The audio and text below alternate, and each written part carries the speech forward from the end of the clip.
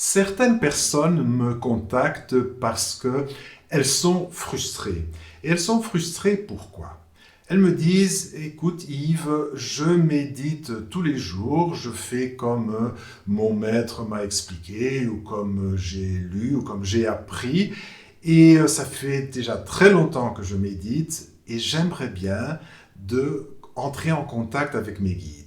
C'est vrai que la méditation me fait beaucoup de bien, ça m'apaise, ça me libère de mon stress, etc. Ça fait du bien à ma santé, mais moi, ce que je voudrais vraiment, c'est entrer en contact avec un ange ou avec mes guides, enfin avec le divin, et je n'arrive pas, je n'arrive pas à avoir le contact. Et quand je demande, par exemple, à un maître spirituel, qu'est-ce que je dois faire? Eh bien, la réponse est toujours la même, continue à méditer.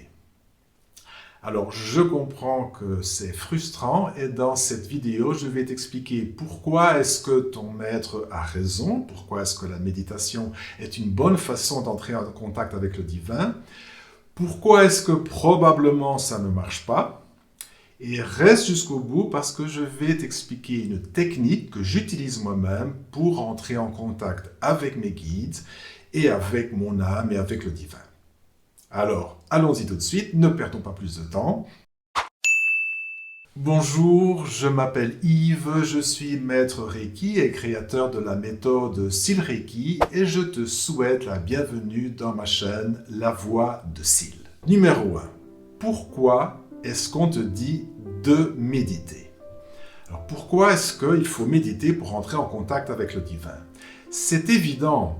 En fait, ce qu'il se passe, c'est que l'univers, le divin, tes guides, les anges, enfin, toutes ces entités hors de ce plan, elles sont constamment en communication avec toi. Le problème, c'est que c'est toi qui ne les entends pas, qui ne les écoutes pas. Et pourquoi est-ce que tu ne les écoutes pas? Eh bien, parce que ton mental, ton ego, sont toujours, tout le temps en train de bavarder, et évidemment, ça fait barrage. Alors, on te dit de méditer justement parce que quand tu médites, tu fais le silence en toi. Tu comprends? La plupart des méthodes de méditation te disent de ne pas penser, ou plutôt de ne pas t'accrocher aux idées et aux pensées. Si elles surgissent, de les laisser passer, simplement de les observer et de ne pas s'y attacher. Et donc, à un certain moment, on arrive vraiment à faire le silence. Et l'idée, c'est que une fois que tu as fait le silence en toi, eh bien, tu es apte à écouter les messages du divin. Sauf que, il y a un problème. Et le problème, c'est que pour que le divin ou pour que tes guides entrent en contact avec toi et communiquent avec toi, ils vont utiliser un langage. Alors, ce langage peut être les émotions, mais ça ne te dit peut-être pas grand-chose. Ou alors, le plus souvent, ce sont des synchronicités, ce sont des choses symboliques. Donc, ce sont des choses qui t'arrivent dans la journée, ou ça peut être des rêves aussi, mais tu vois le problème des rêves et le problème des synchronicités, ce qu'on appelle les coïncidences, c'est que tout ça est souvent dans un langage symbolique qu'il faut décrypter.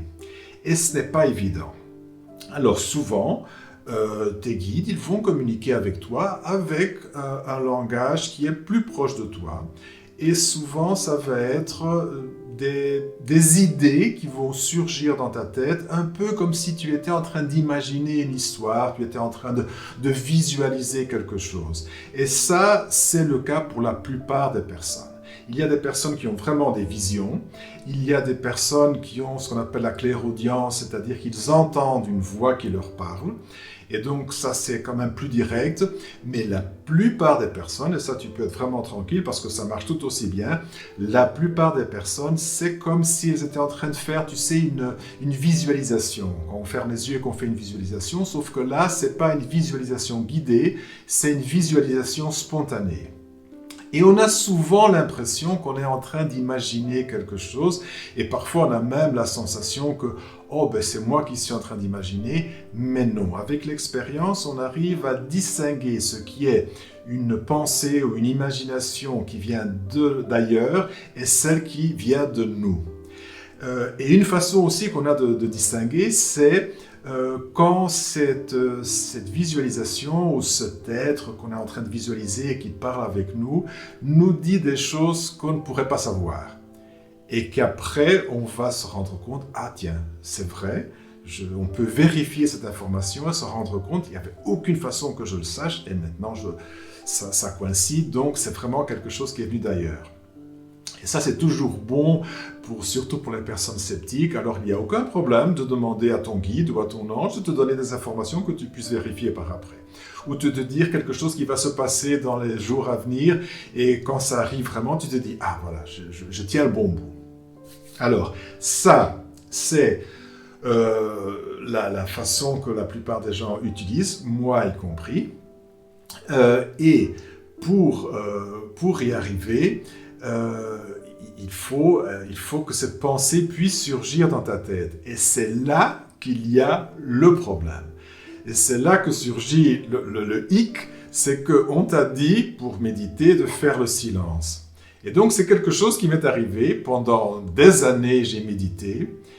Et chaque fois qu'une pensée surgissait, je la laissais partir. Mais certaines de ces pensées étaient des pensées qui venaient d'ailleurs. C'était le divin qui essayait de communiquer avec moi. C'était mes guides qui essayaient de communiquer avec moi. C'était mon ange gardien qui essayait de communiquer avec moi. Mais comme c'était sous forme de pensée, d'imagination, d'idées, je balayais et je n'écoutais pas. Donc c'est un peu comme l'expression qui dit jeter l'eau du bain, le bébé avec l'eau du bain, tu vois. Je n'écoutais plus mon ego. J'arrivais vraiment à méditer sérieusement sans écouter mon mental ni mon ego, mais je n'écoutais plus le divin non plus parce que je ne savais pas, je croyais que c'était comme ça. Alors, une fois que j'ai compris ça, eh bien, ça a ouvert beaucoup de portes, évidemment. La première fois que ça m'est arrivé, en fait, j'ai vraiment entendu une voix. Et cette voix m'a dit, Yves, pourquoi est-ce que tu as arrêté de faire du Reiki ? Il y avait des raisons bien spécifiques. J'avais perdu la foi dans le Reiki. Il y avait beaucoup de choses dans le Reiki qui ne me plaisaient pas. J'en ai déjà parlé dans d'autres vidéos, je ne vais pas revenir là-dessus. Mais je me suis remis à faire du Reiki. Et quand je dessinais les symboles, à un certain moment, en méditant avec les symboles du Reiki, je me suis dit, tiens, si je faisais les deux en même temps, et c'est ça qui a été la clé, méditer mais en faisant du Reiki, en dessinant le symbole du Reiki avant, j'ai commencé donc à voir de nouveau ces visualisations et j'ai vu, mais vu en imagination, comme je t'explique, donc j'ai vu un être qui est venu vers moi, qui a dit qu'il s'appelait Syl, et qu'il m'a donné un symbole. Et il m'a proposé que j'utilise ce symbole, donc que je continue à faire ce que je faisais, donc à méditer avec les symboles, mais que j'utilise ce symbole plutôt que les symboles du Reiki. Au début, je n'ai pas très bien compris et j'ai commencé à utiliser ce symbole au lieu des symboles du Reiki pour guérir. Et effectivement, mes soins de Reiki se sont nettement améliorés, j'ai eu des résultats très bons et je me suis dit, ah bon, donc ça c'est un symbole de guérison. Et j'ai créé ce que j'ai appelé le Syl Reiki. Donc, il y a une technique de guérison qui est très proche du Reiki, mais avec pas ce symbole spécifique, mais avec ce que j'appelle le symbole sacré. Et le symbole sacré, c'est quoi ? Eh bien, c'est le symbole de chacun, parce que chaque personne a un symbole individuel, un symbole qui lui est propre.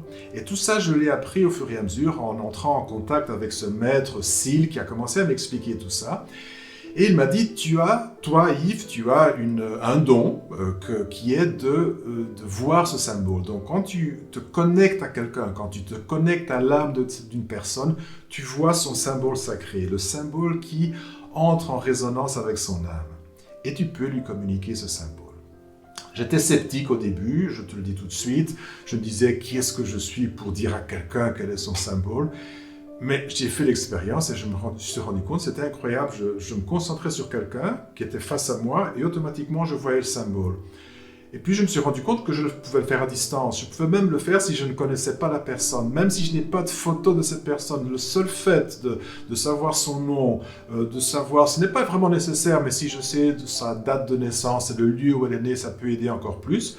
Et bien si je me concentre là-dessus, je vois le symbole de cette personne. Il m'apparaît clairement. Parfois ça prend un peu plus de temps, parfois c'est moins clair, mais généralement ça arrive tout de suite. Et alors je dessine ce symbole et je le donne à la personne. Et donc, j'ai créé ce style Reiki avec ce symbole et les personnes qui ont commencé à l'utiliser pour guérir, donc en substituant ou en mélangeant, on peut faire les deux, les symboles Reiki avec leurs symboles personnels. La plupart des gens finissent par laisser tomber le symbole du Reiki et utilisent simplement leur symbole style Reiki, donc leur symbole sacré. J'ai commencé à me rendre compte qu'il y avait beaucoup d'expériences différentes et il y avait des personnes qui disaient oui, les soins marchent mieux, mais ma technique de guérison s'est améliorée. Mais j'ai d'autres expériences. Par exemple, j'arrive à voir exactement où est le problème. J'entends des voix, j'entre en contact avec des guides alors que ça ne m'arrivait pas avant. Il y a un ange qui m'apparaît et qui m'aide à faire la guérison. Mon niveau vibratoire avec le pendule, je me suis rendu compte que mon niveau vibratoire avait augmenté, mais pas un petit peu, il avait augmenté exponentiellement depuis que j'utilise mon symbole sacré. Et donc, en parlant avec Syl, il m'a dit, mais oui, mais ce symbole-là, c'est un symbole qui fait beaucoup plus, c'est pas un symbole de guérison. C'est un symbole de guérison, c'est un symbole de manifestation aussi sur le plan physique, et c'est un symbole qui est en résonance avec ton âme. Et quand tu es en contact avec ton âme, eh bien, tu entres dans un autre plan. Et donc, énergétiquement, tu arrives à guérir, tu arrives à manifester des choses dans ta vie, tu arrives à entrer en contact avec le divin d'une façon beaucoup plus facile. Donc, ce symbole n'est pas un symbole de guérison. La guérison est plutôt un corollaire, disons, du fait que tu es entré en contact avec le divin à travers ce symbole qui est en résonance avec ton âme. Donc voilà la technique que moi j'utilise pour entrer en contact avec mon âme et avec mes guides. Depuis que je le fais, la communication est de plus en plus fluide. Tu vois, au début, j'avais reçu ce symbole et je n'avais pas très bien compris parce que la communication était difficile. Et maintenant, j'ai vraiment une communication presque comme si je parlais avec quelqu'un. Comment est-ce que je fais très spécifiquement? Moi j'ai d'autres techniques que j'expliquerai peut-être dans d'autres vidéos qui sont peut-être un peu plus avancées. Ce que je te conseille de faire pour commencer, c'est tu dessines ton symbole sacré sur ton cœur et tu entres en contact avec ton cœur. Donc tu fermes les yeux et tu visualises que tu es en train d'entrer dans ton cœur. Vraiment l'organe physique, le cœur. Tu rentres dans ton cœur, tu visualises comme si tu faisais une méditation guidée. Sauf que c'est toi, tu n'écoutes pas une voix, c'est toi qui es en train de le faire. Et tu entres en contact, tu rentres dans ton cœur. Et tu attends et il va surgir quelqu'un.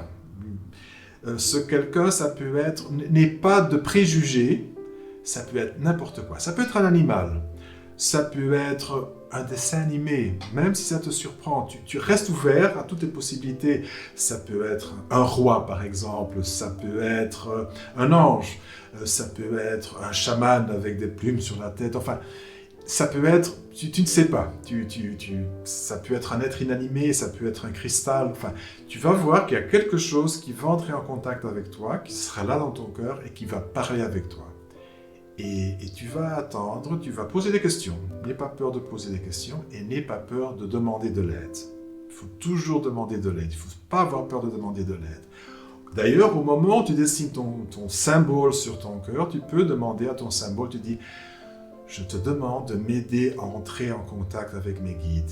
Il est très important pour moi d'entrer en contact avec mes guides. Ou si tu préfères, entrer en contact avec mon moi supérieur, ou entrer en contact avec mon âme, ou entrer en contact avec le divin. C'est toi qui choisis.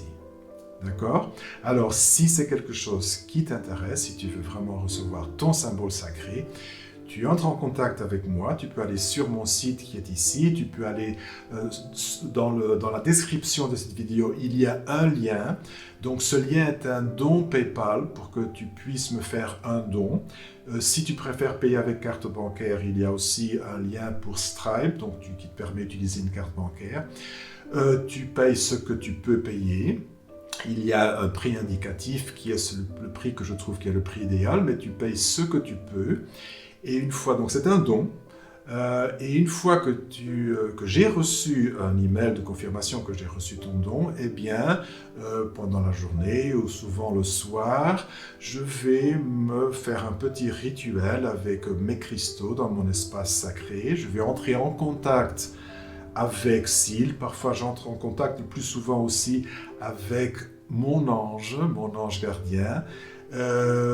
J'entre aussi en contact avec un autre guide que j'ai qui envoie de l'énergie positive. Et donc, nous, ensemble, nous entrons en contact avec ton âme et j'active. Donc d'abord, je reçois ton symbole, je le visualise et puis je l'active. Je le place sur certains points de ton corps astral et je l'active. Parce qu'il est important, c'est pas seulement recevoir le symbole. Après, tu recevras un email avec le symbole que j'aurai bien dessiné au propre et aussi un petit manuel qui t'explique comment s'en servir. Mais ce qui est important, c'est que je vais faire l'activation de ce symbole. Et à partir de ce moment-là, à partir du moment où tu as le PDF avec le dessin de ton symbole et que j'ai fait l'activation de ton symbole, eh bien, tu peux commencer à l'utiliser pour une infinité de choses. Mais pour moi, le plus important, c'est vraiment la connexion à tes guides ou la connexion à ton âme. Je te remercie de m'avoir écouté et j'espère avoir des nouvelles de toi très bientôt. Merci beaucoup.